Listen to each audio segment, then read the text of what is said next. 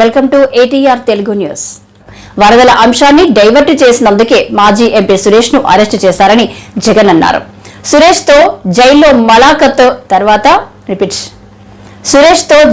ములాఖత్ తర్వాత ఆయన మీడియాతో మాట్లాడారు. తప్పుడు సాంప్రదాయానికి బీజం వేస్తున్నారు. ఎల్లకాలం మీరు ఉండరు. రేపు మీ నాయకులందరికీ ఇదే గతి పడుతుంది అని జగన్ వార్నింగ్ ఇచ్చారు.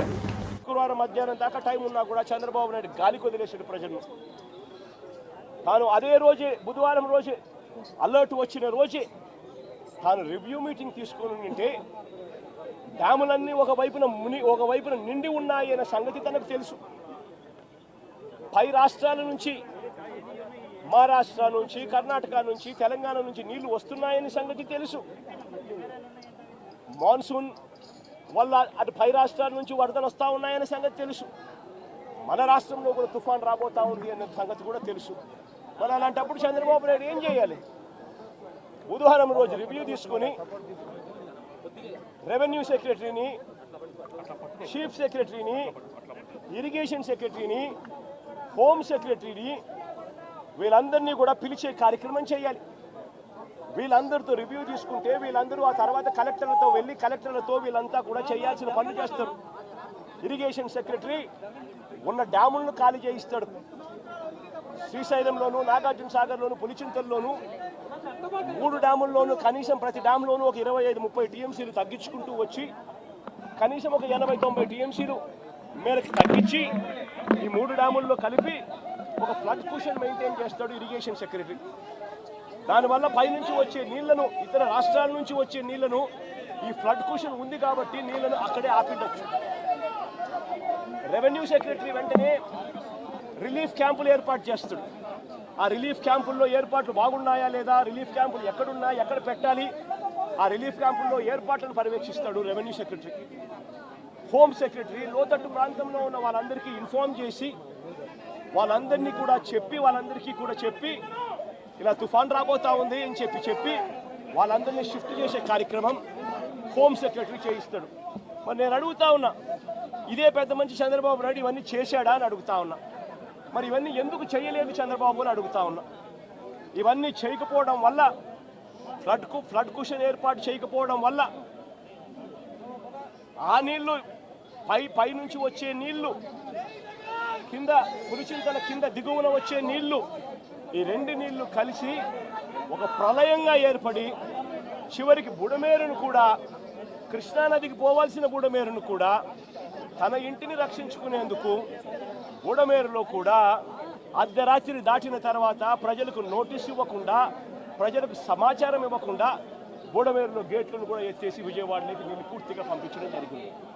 నేను అడుగుతా ఉన్నా, చంద్రబాబు నాయుడు చేసిన ఈ దుశ్చర్యకు, చంద్రబాబు నాయుడు చేసిన ఈ తప్పుడు పనికి ఏకంగా 60 మంది పైచిలుకు చనిపోయినారు. ఇంకా ఎక్కువ మంది చనిపోయి ఉండొచ్చు. రిపోర్ట్లు వస్తూ ఉన్నాయి. ఈ 60 మంది ఇంతకుముందు ఎప్పుడైనా తుఫాను వచ్చినప్పుడు 60 మంది చనిపోయిన ఘటన ఎప్పుడైనా మనం చూసామా? 60 మంది ఏకంగా పైన మనుషులు చనిపోతే ఇది చంద్రబాబు నాయుడు చేసిన తప్పిదం కాదా? చంద్రబాబు నాయుడు మీద కేసు చంద్రబాబు నాయుడు గారి మీద నెగ్లిజెన్స్ కేసు అనేది ఎందుకు నమోదు చేయకూడదు అని అడుగుతా ఉన్నా. చంద్రబాబు నాయుడు గారు అనే వ్యక్తి వల్ల 60 మంది చనిపోయిన తర్వాత ఆ వ్యక్తి రివ్యూ తీసుకోకపోవడం వల్ల, ఆ వ్యక్తి చెప్పాల్సిన ఆదేశాలు చెప్పకపోవడం వల్ల, ప్రజలకు ఇవ్వాల్సిన ఇన్ఫర్మేషన్ ఇవ్వకపోవడం వల్ల, ప్రజలను అలర్ట్ చేయాల్సిన కార్యక్రమం చేయకపోవడం వల్ల, పైన ఫ్లడ్ కుషన్ పెట్టకపోవడం వల్ల, రిలీఫ్ క్యాంపులు ఏర్పాటు చేయకపోవడం వల్ల ఏకంగా 60 మంది పైచిలుకు చనిపోయారు. కొన్ని లక్షల మంది ఈరోజు అగసాట్లు పడతా ఉన్నారు. ఇంతకన్నా దారుణమైన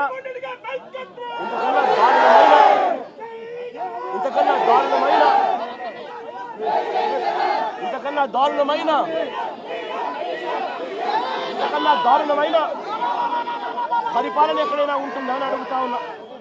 ఈ పెద్ద మనిషి ఈ నేరాన్ని కూడా, ఈ తప్పును కూడా డైవర్ట్ చేసేందుకు ఒకవైపున సురేష్ లాంటి ఎక్స్-ఎంపీని, విజయవాడ డిప్యూటీ మేయర్ భర్తను, ఇలాంటి వాళ్ళని టాపిక్ డైవర్ట్ చేసేందుకు 4వ తేదీ రాత్రే అరెస్ట్ చేయించే కార్యక్రమం చేస్తున్నాడు. అంతటితో ఆగిపోకుండా ఇదే పెద్ద మనిషి ఓట్ల గురించి మాట్లాడతాడు. నిజంగా నాకు ఆశ్చర్యం అనిపిస్తుంది ఆ ఓట్ల గురించి మాట్లాడుతూ ఉన్నప్పుడు. ఈ ఓట్లన్నీ కూడా ఎవరు ఏని అడుగుతా ఉన్నా, ఈ ఓట్లకన్నిటికీ కూడా ఎవరి హయాంలో పర్మిషన్ వచ్చింది అని అడుగుతా ఉన్నా. ఈ ఓట్లన్నీ కూడా ఎవరి ప్రభుత్వం వచ్చిన తర్వాత 3-4 నెలల కిందట ప్రభుత్వం చంద్రబాబు నాయుడు గారిది వస్తే ఆ విజయోత్సవాలు చేసిన ర్యాలీలో ఈ బోట్లు వీళ్ళు లేరా అని అడుగుతా ఉన్నా. ఈ బోట్లలో ఉన్న వ్యక్తులు ఈ బోట్లు గత 4 నెలలుగా చంద్రబాబు నాయుడు గారితో కలిసి ఇసుక దోపిడీలో చంద్రబాబు నాయుడు గారితో కలిసి ఈ బోట్ల ఓనర్లు వీళ్ళందరూ కూడా భాగస్వాములు అయినారు. భాగస్వాములు కావడమే కాకుండా చంద్రబాబు నాయుడు గారు గెలిచినప్పుడు ఈ బోట్లతో విజయోత్సవాలు చేసుకున్నారు. ఇదే బోట్ల ఓనర్లు, ఇదే బోట్లకు పర్మిషన్ ఇచ్చింది ఎవరు? చంద్రబాబు నాయుడు గారి హయాంలో. ఎవరు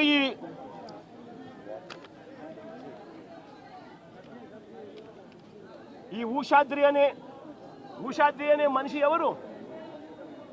చంద్రబాబు నాయుడు గారితోనూ లోకేష్తోనూ ఇద్దరితోనూ కలిసి దిగిన ఫోటోలు కనిపిస్తూ ఉన్నాయి.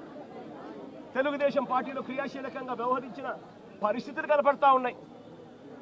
రామ్మోహన్ అనే మనిషి ఎవరు?